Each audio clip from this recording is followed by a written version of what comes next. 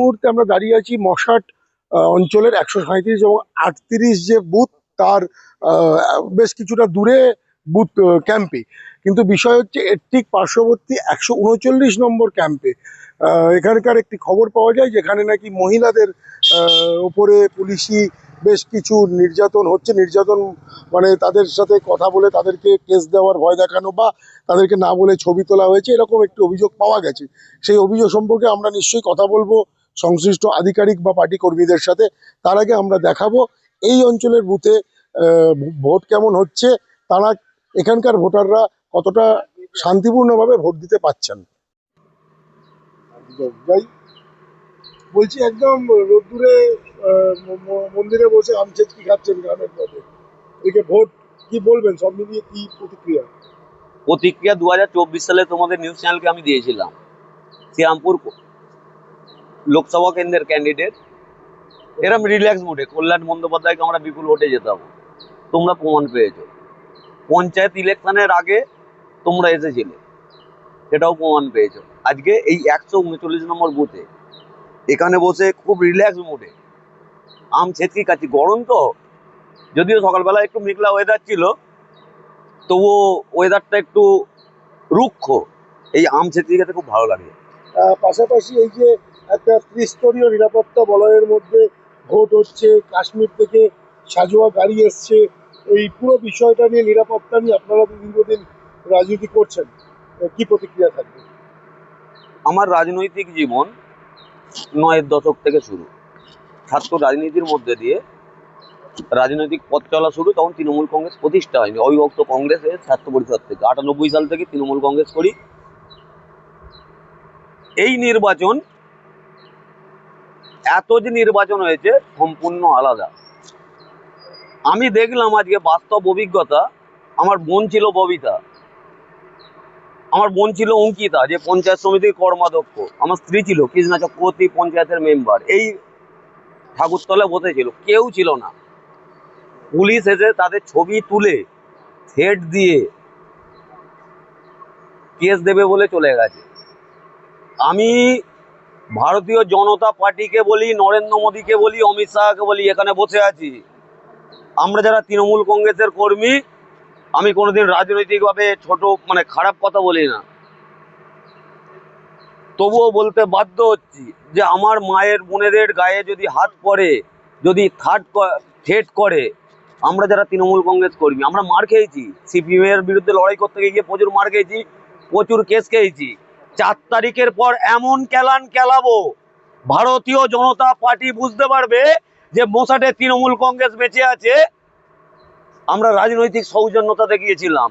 আমরা চাই এখানে শান্তিপ্রিয় এলাকা, ভাই ভাই যে যাকে খুশি ভোট দিক, যে যাকে খুশি ভোট দিক। কাউকে তৃণমূলের পছন্দ হতে পারে, নাও হতে পারে, কিন্তু যেভাবে অন্যায় করে আমার বোনেদের উপর থ্রেট দিয়ে গেছে, ছবি তুলে নিয়ে গেছে, অশ্লীল ভাষায় কথা বলেছে, ৪ তারিখের পর এই এলাকায় যারা ভারতীয় জনতা পার্টি করে তাদের বুঝিয়ে দেবো যে আমরা এখনো বেঁচে আছি, মরে যাইনি। আমাদের দুর্বলতা নয়, আমাদের সংযম, আমাদের ভালোবাসা, আমাদের সহ্যটাকে যদি মনে করে, ভ্রাতৃত্ব বোধটাকে যদি মনে করে আমাদের দুর্বলতা, সেই আমার বোন অঙ্কিতা আছে পঞ্চায়েত সমিতির কর্মাধ্যক্ষ, যদি মনে করে দুর্বলতা নয়। এই এলাকায় আমি থাকবো যতক্ষণ নির্বাচন হবে, আমি দেখবো তাই পুলিশের মার খাবো। আমরা মার খাওয়া ছেলে, আমার ছেলেরা সবাই আছে, দেখবো কজনকে মেরে তুলে পাঠাতে পারে, আমি সেটা দেখবো। বসতে দেবে না কেন বলছে? আপনারা তো, সেটা আমার বোন অঙ্কিতা বলতে পারবো, ও ছিল তখন, তো আমরা ছিলাম না। পুলিশকে তখনই বুঝিয়ে দিতাম, পুলিশ যদি পুলিশকে তখনই বুঝিয়ে দিতাম যদি সঞ্জিত থাকতো বা আমি থাকতাম, আমাদের মতন ছেলেরা থাকতো, পুলিশকে বুঝিয়ে দিতাম। আমরা জেল খাটা ছেলে, আমরা কোনো আসামি নয়। জেল সিপিএম মিথ্যেভাবে খাটিয়েছিল, বিজেপিও খাটাক, জেল খেটে আসবো এই মন্দির প্রাঙ্গণে দাঁড়িয়ে বলছি।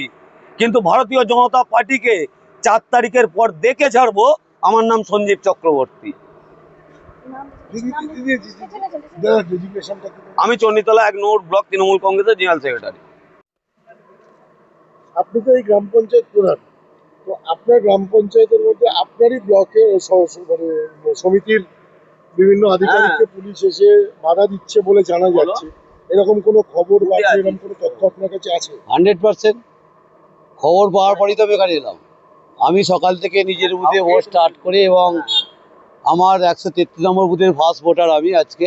হুম। আপনারা খবর নিয়ে নেবেন প্রিসাইডিংয়ের থেকে। ফার্স্ট ভোট দিয়ে আমরা প্রতিটা বুথে আমাদের যেখানে দলীয় কর্মীরা আছে, যেখানে নির্বাচন সুষ্ঠুভাবে হচ্ছে, একটা কথা আমি বলে দিই প্রথমে, পশ্চিমবাংলায় আজকে যে 142টা সিটে নির্বাচন হচ্ছে, এটা বাংলার মানুষ গণতন্ত্রের উৎসব হচ্ছে। নির্বাচন তো না, গণতন্ত্রের উৎসব। এই উৎসবে বাংলার প্রতিটা প্রান্তের প্রতিটা বুথের মানুষ উৎসবে সামিল হচ্ছে মমতা বন্দ্যোপাধ্যায়কে আশীর্বাদ দোয়া করার জন্য। আপনি ফার্স্ট কথা। দ্বিতীয় কথা বলি, আমাদের কাছে খবর আসার পর আমার দলীয় নেতৃত্ব এখানে আছে, আপনারা দেখে নিন, কেষ্ট আছে, সঞ্জীব চক্রবর্তী আমার দলের লিডার, ইকুদা আছে, অঙ্কিতা বোন আছে। আমার বক্তব্য এই জায়গায়, আমরা গণতান্ত্রিক পদ্ধতিতে বাংলায় জনতা জনার্দন শেষ কথা বলে, এইটুকু বাংলা ভাষা আমরা বুঝি, নেত্রী আমাদের বুঝিয়েছে। কিন্তু যে বিজেপি কর্মীরা আমার মোসার গ্রাম পঞ্চায়েতের কর্মাধ্যক্ষ মহিলাদের উপর কটূক্তি, পুলিশকে দিয়ে, প্রশাসনকে দিয়ে কটূক্তি করেছে, নির্বাচন কমিশনের দালালদেরকে দিয়ে, যে আধিকারিকরা যাদের প্রলোভনে, যাদের কথাতে এই কাজ করেছে, 4 তারিখের পর মোসাট অঞ্চল ইঞ্চিতে ইঞ্চিতে প্রত্যেকের জবাব আমরা দেবই। আরেকটা বিষয় হচ্ছে, আপনি তো প্রশাসনিক প্রধান, সেখানে দাঁড়িয়ে মহিলাদের ছবি হঠাৎ করে তোলা, এটা কিন্তু আইনত সম্পূর্ণটাই বেআইনি। সেক্ষেত্রে পুলিশই হোক, সাধারণ মানুষই হোক, প্রপার কোনো কারণ ছাড়া বা সেই মহিলাকে না জানিয়ে তার ছবি তোলাটা বেআইনি। সেক্ষেত্রে আপনারা মহিলা শ্লীলতাহানি এই ধরনের কোনো ভাবনা চিন্তার কেসের কথা ভাবছেন কি? 100%। ইলেকশন আজকের দিনটা মিটে গেলেই আমরা যেটা ভেবেছি, দলীয় নেতৃত্বের সাথে সকলে আলোচনা করতে পারছি না, সবাই সবার জায়গায় নির্বাচনে ব্যস্ত। আমরা যেটা ঠিক করেছি, যে জায়গাটায় বসে আছি, যে প্রিসাইডিং অফিসার আছে সে প্রমাণ করে দিয়ে যাক এটা 100 মিটারের বাইরে। আমরা দলীয় 100 নেতৃত্ব মিটারের ভেতরে? 100 মিটারের ভিতরে নয়, আমরা বাইরে বসে আছি, ভিতরে নয়। যে অশ্লীল কথা বলেছে, যে ছবি তুলেছে, আমরা তার বিরুদ্ধে ইলেকশন মিটে যাওয়ার পর, যদি 6টা ইলেকশন মেটে, 7টায় 8টা আমরা দলীয় নেতৃত্ব বসে আমরা ঠিক করব দলগতভাবে, আমাদের মমতা বন্দ্যোপাধ্যায়ের নেতৃত্বে আমরা সমষ্টিগতভাবে ঠিক করব তাদের বিরুদ্ধে কি আইনি ব্যবস্থা নেওয়া যায়। আমাদের সাংসদ আছে কল্যাণ বন্দ্যোপাধ্যায়, আমাদের প্রার্থী আছে স্নেহাশিস চক্রবর্তী, আমার প্রধান আছে সঞ্জিত দাড়ি। আমরা সকলে, যেহেতু আমি এই বুথের ভোটার, অঙ্কিতাও এই বুথের ভোটার, কৃষ্ণা চক্রবর্তীও এই বুথের ভোটার, ববিতা দেও এই বুথের ভোটার। দলীয় নেতৃত্ব বসে ঠিক করব যে আগামী দিন কিভাবে আইনি ব্যবস্থা নিয়ে তাদের মোকাবিলা, শুধু নয়, আইনের পথায় চলবে। আর তৃণমূল কংগ্রেস, ব্যক্তি সঞ্জীব চক্রবর্তী, ব্যক্তি সঞ্জিত দাড়ি, ব্যক্তি তৃণমূল কংগ্রেস, যারা অশ্লীলভাবে আমার বোনেদের অসম্মান করেছে, তাদের প্রতিবাদ রাস্তায় দাঁড়িয়ে করব। আইনের পথে চলবে। অনেক কেস খেয়েছি রাজনীতি করতে গিয়ে, জেলও কেটে এসেছি। আগামী দিনে জেল কাটাতে আমাদের ভয়ের কিছু নয়। আগামী দিনে ভারতীয় জনতা পার্টিদের দেখাবো, যারা আমাদের পেছন ধরে ঘুরতো, তাদের দেখাবো যে রাজনীতি কাকে বলে। আপনার সহকর্মী তো প্রচন্ড একটা মানে রিয়াকশন দিলেন, তো আপনি ফাইনালি কি ডিসিশনে আসবেন এই পুরো ব্যাপারটা নিয়ে? আমরা ফাইনালি ডিসিশন পরিষ্কার ভাষায় বলে যাচ্ছি, আমার মোসাট গ্রাম পঞ্চায়েত এলাকা শান্তপি এলাকা, মোসাটের মায়েদের সম্মান আছে। মোসাটের মায়েরা দীর্ঘদিন ধরে এই গণতন্ত্র উৎসবে তারা সামিল হন, এবারেও সামিল হয়েছে। তাদের অধিকার, তারা ব্যক্তিগত তাদের অধিকার, তারা ভোট দিতে এসছে। কিন্তু যে বিজেপি কর্মীরা, আমি পরিষ্কার ভাষায় এটা বলে দিচ্ছি, যে বিজেপি কর্মী বা নেতৃত্ব হোক, যারা যাদের প্রলোভনে এই কাজ করিয়েছে, মোসাট অঞ্চল তৃণমূল কংগ্রেস তাদের একজনকেই ছাড়বে না। আমি একদম পরিষ্কার বলে দিতে চাই, ওই যে যারা যে দালালগুলো আছে, সেই দালালদের আমরা কিভাবে সাহায্য করতে হয় 4 তারিখের পর আমরা দেখে নেবেন। একটা সূত্রে খবর, জাঙ্গিপাড়ার বেশ কয়েক জায়গায় এজেন্ট দেওয়া যাচ্ছে না, এবং এখানেও আধিকারিক মানে ব্লক আধিকারিকরা বা পঞ্চায়েত আধিকারিকরা বসেছিলেন, তাদের পুলিশ এসে একরকম ধমকিয়ে চমকিয়ে গেছে, এবং সিআরপিএফ যারা জওয়ান তারা বুথের ভেতরে বুথ এজেন্টকে ঢুকতে দিচ্ছে না। এ বিষয়ে কি মন্তব্য করবেন? দেখুন, আপনারা দেখেছেন প্রথম থেকে যে নির্বাচন কমিশন এই বিধানসভা নির্বাচনটাকে মমতা বন্দ্যোপাধ্যায়কে হেকেল করার জন্য আজকে তারা বিভিন্ন রকমভাবে চেষ্টা করেছে। কিন্তু আজকে ভোটের দিন জাঙ্গিপাড়া বিধানসভার প্রত্যেকটি গ্রাম পঞ্চায়েত এলাকায় মানুষ উৎসবের মেজাজে ভোট দিচ্ছে এবং পিসফুলি শান্তিপূর্ণ ভোট হচ্ছে। কিছু জায়গায় সিআরপিএফরা কিছু জায়গায় সমস্যা করছে, জটলা টটলা হলে এগুলো সমস্যা করছে। সেগুলো আমরা ঊর্ধ্বতন কর্তৃপক্ষকে জানিয়েছি, রিটার্নিং অফিসার অবজারভারদের জানিয়েছি, আমরা বিভিন্ন রকম প্রশাসনিকভাবেও আমরা জানিয়েছি। তবে আপনাদের বলে রাখি যে জাঙ্গিপাড়া বিধানসভার আজকে যে উৎসবের মেজে মানুষ ভোট দিতে যেভাবে আজকে মহিলারা যেভাবে মহিলাদের লাইন, এতে বোঝা যায় লক্ষ্মীর ভাণ্ডার মমতা বন্দ্যোপাধ্যায়কে আবার মুখ্যমন্ত্রীর পদে আসীন করতে চলেছে। পাশাপাশি আপনারই এবং আপনার আরেকটা প্রশ্নেরও কথা বলি, দেখুন কোন বুথে বিরোধীরা এজেন্ট দিতে পারলো না সেটা তো তৃণমূল কংগ্রেসের দায় নয়।